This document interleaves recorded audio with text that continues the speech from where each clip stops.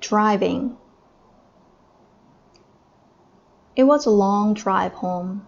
I fell asleep in the back seat like I always do, my head on Via's lap like she was my pillow, a towel wrapped around the seat belt so I wouldn't drool all over her. Via fell asleep too, and Mom and Dad talked quietly about grown-up things I didn't care about. I don't know how long I was sleeping, but when I woke up, there was a full moon outside the car window. It was a perfect night, and we were driving on a highway full of cars. And then I heard Mom and Dad talking about me. "We can't keep protecting him," Mom whispered to Dad, who was driving. "We can't just pretend he's going to wake up tomorrow and this isn't going to be his reality, because it is, Nate. And we have to help him learn to deal with it. We can't just keep avoiding situations that." "So, sending me off to the middle school like a lamb to the slaughter?" Dad answered angrily. But he didn't even finish his sentence because he saw me in the mirror looking up. "What's a lamb to the slaughter?" I asked sleepily. "Go back to sleep, Augie," Dad said softly. "Everyone will stare at me at school," I said, suddenly crying. "Honey," Mom said. She turned around in the front seat and put her hand on my hand. "You know, if you don't want to do this, you don't have to. But we spoke to the principal there and told him about you, and he really wants to meet you." "What did you tell him about me?" "How funny you are and how kind and smart.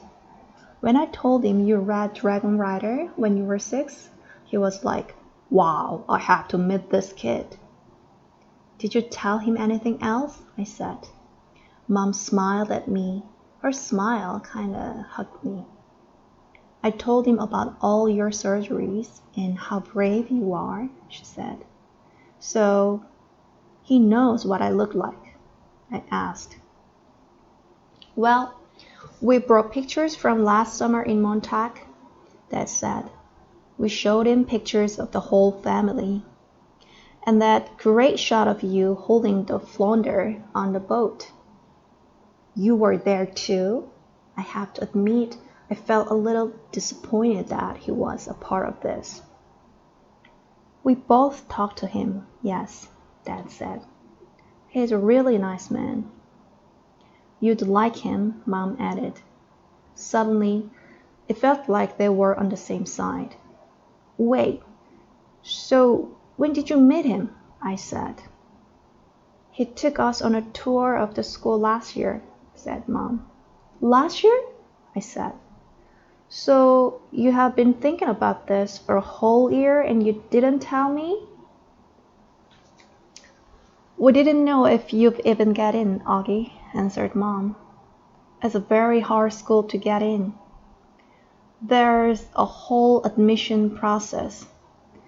I didn't see the point in telling you and having you get all worked up about it unnecessarily."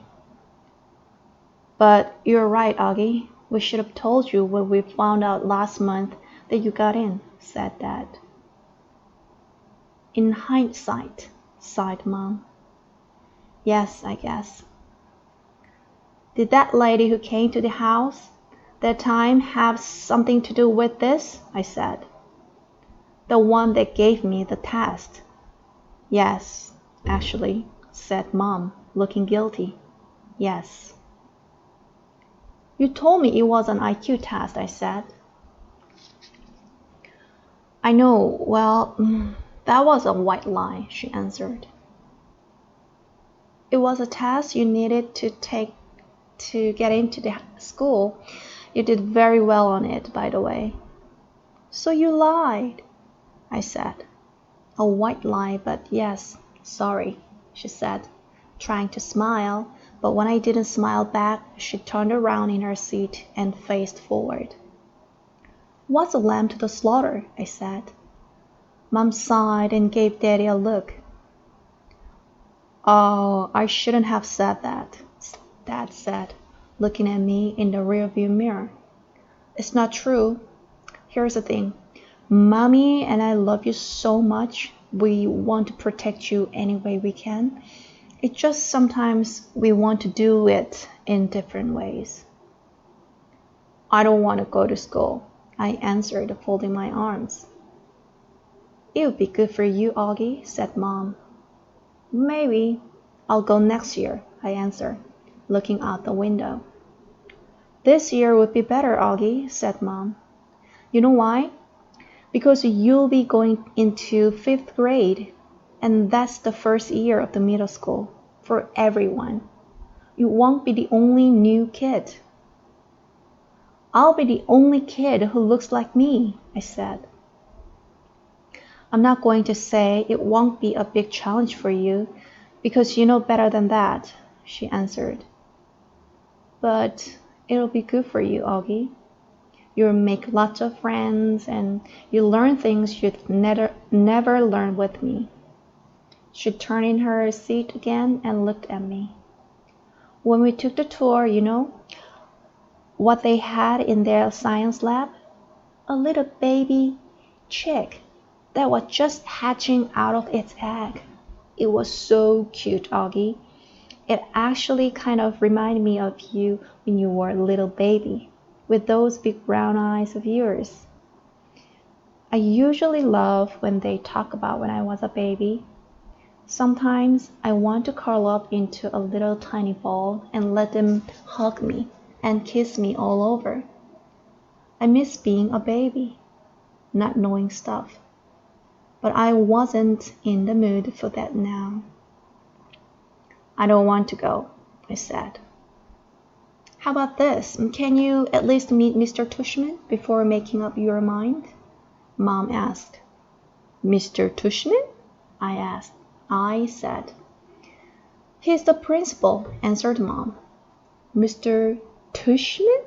I repeated. I know, right? Dad answered, smiling and looking at me in the rearview mirror. Can you believe that name, Augie? I mean, who on earth would ever agree to have a name like Mr. Tushman? I smiled, even though I didn't want to let them see me smile.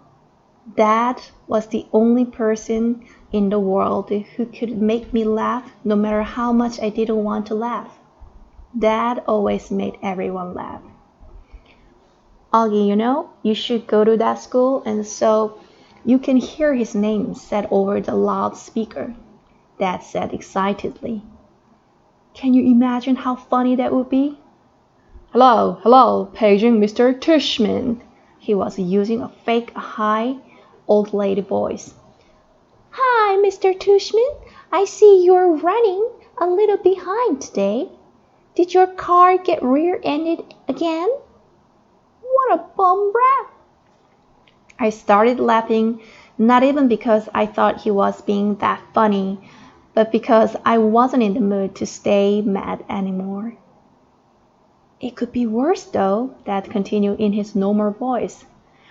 Mommy and I had a professor in college called Miss Butt. Mom was laughing now too. Is that for real? I said.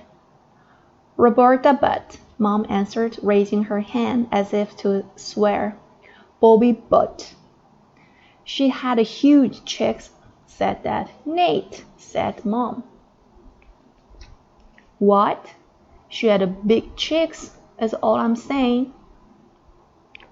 Mom laughed and shook her head at the same time. Hey, I know, said Dad excitedly.